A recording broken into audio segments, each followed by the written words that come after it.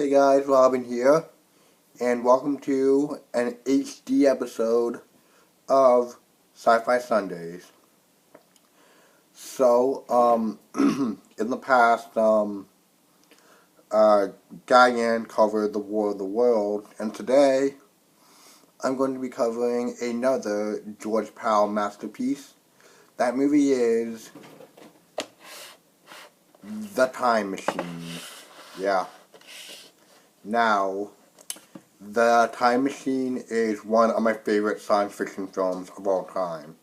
Like The War of the Worlds, and as it says right there, this is an adaptation of a novel by H.G. Wells, and it stars Rod Taylor, Yvette Mimieux, and it has Sebastian Cabot, the voice of Pongo from 101 Dalmatians, in a small role.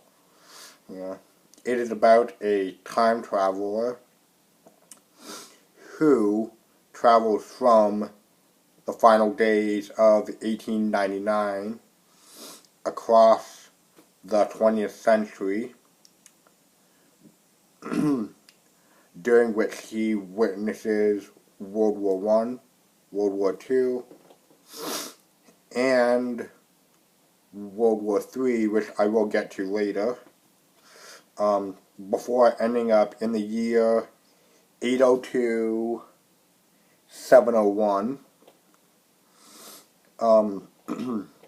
whereupon he encounters the Eloi, a simple-minded race who just exist peacefully, but they won't lift a finger to help one of their own when they are in danger, which happens when George witnesses an Eloi woman drowning, but notices that none of the other Eloi close to her so much as help her, so he dives into the river to save her. Yeah. And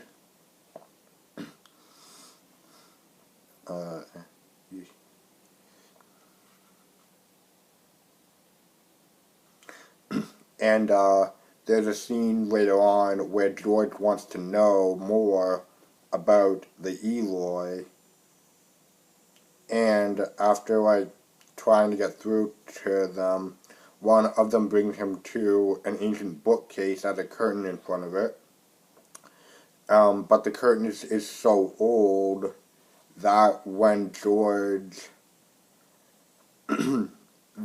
he pushes it aside, the curtain literally crumbles to dust, and he starts reading a book, but the book is so old and fragile that it just crumbles in his hands. And he's like, yes, they do tell me all about you. Yeah. After that, he angrily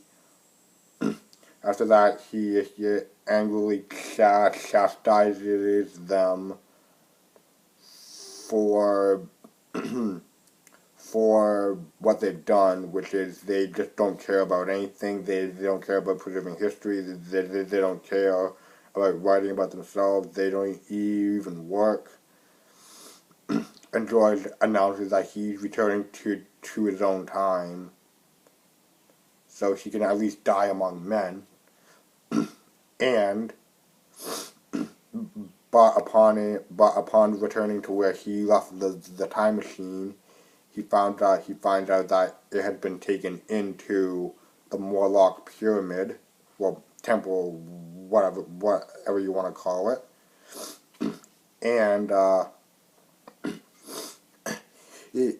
and he ventures into the Morlock underground by way of I guess a smokestack that kind of has a ladder inside of it. And but before he can do that, it's just air raid sirens from World War III start blaring. I don't know how those sirens could still be working after. I don't know how those air raid sirens would still be functional after 800,000, after over 800,000 years. But yeah. And then Weena and the other Eloy, they start heading into the temple in kind of a trance, and it's up to, and Weena is among the ones that goes inside before the doors close. And George now has to both save Weena, well, and now George has to do two things. He has to save Weena and get his time machine back. He also indirectly teaches the Eloy how to fight for themselves. And by the way, the Morlocks, now the Morlocks in this movie, they look scary, okay? But their design was partially reused in an episode of the original Star Trek TV show. It was in the Morlock-like alien was either in the second or third episode of the first season. I'm not really sure. I would tell you the name, but I don't know what the name is called. But this movie here, well, it seems that whenever George Pal made a science fiction film, it became gold. And this one is no different. This movie's effects for time traveling into the future and time going by, they look, okay, no, for the time, they look friggin' spectacular. They look incredible, okay? I mean, like, it's easily some of the best special effects in actually, no, wait, it is the best special effects in any time travel movie, period. Like, I mean, like, George sees a mannequin in a window that its dress is constantly being changed as fashion evolves throughout the 1900s. But, George stops, when George starts the machine, he starts it off slow, it's just a few days going by, like every minute or so. But then he speeds it up so that years are just going by like every second. And then everything goes dark, and he stops the machine in the year 1917, and he sees that his house has been boarded up, and there's cobwebs everywhere, and there's sheets over all his furniture, because since to the outside world, he just disappeared and never came back. And so people thought his house was abandoned and it got boarded up. He also runs into his best friend's son, who just got back from the front, and George doesn't know what he's talking about, and his son informs that they've been at war with Germany since 1914. And after bidding farewell to Jamie, which is Phoebe's son's name, he gets back into the time machine, but not before taking a few planks off the window, so he does see the mannequin. So he goes further into time, and then around 1940, the time machine starts rocking from side to side. So he stops the machine in the year 1940, and he looks up, and he sees a airplane flying overhead, and he hears explosions going off, and he sees these blimp-like balloons in the sky, and sees a plane get shot down, and he's landed in the Blitz during World War II, which he at first assumed is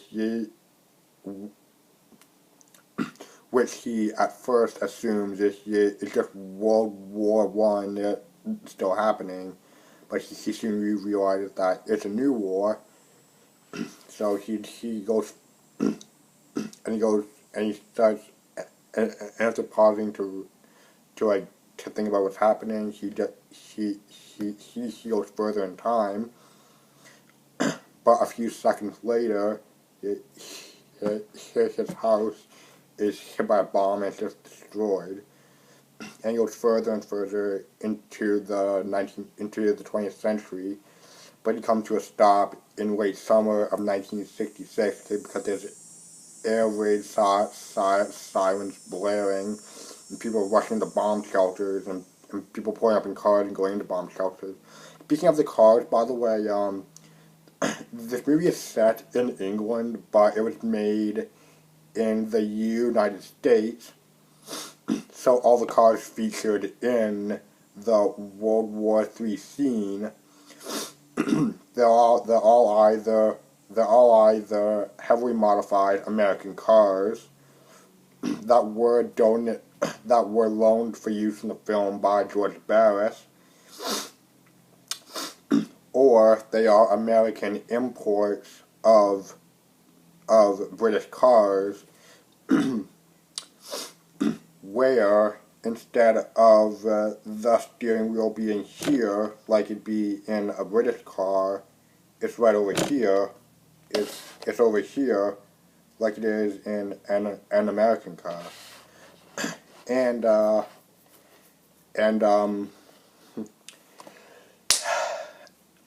George briefly encounters James Philby again, now an old man, and James at first does recognize George, but he soon does as the man who inquired about his father in the house that used to stand. And George rushes into and James rushes into a bomb shelter while George just walks around for a bit, and then an atomic bomb goes off, and I tried to watch this movie as a kid, and the atomic bomb scene with the everything catching on fire, this big earthquake and a volcano, that scared the hell out of me.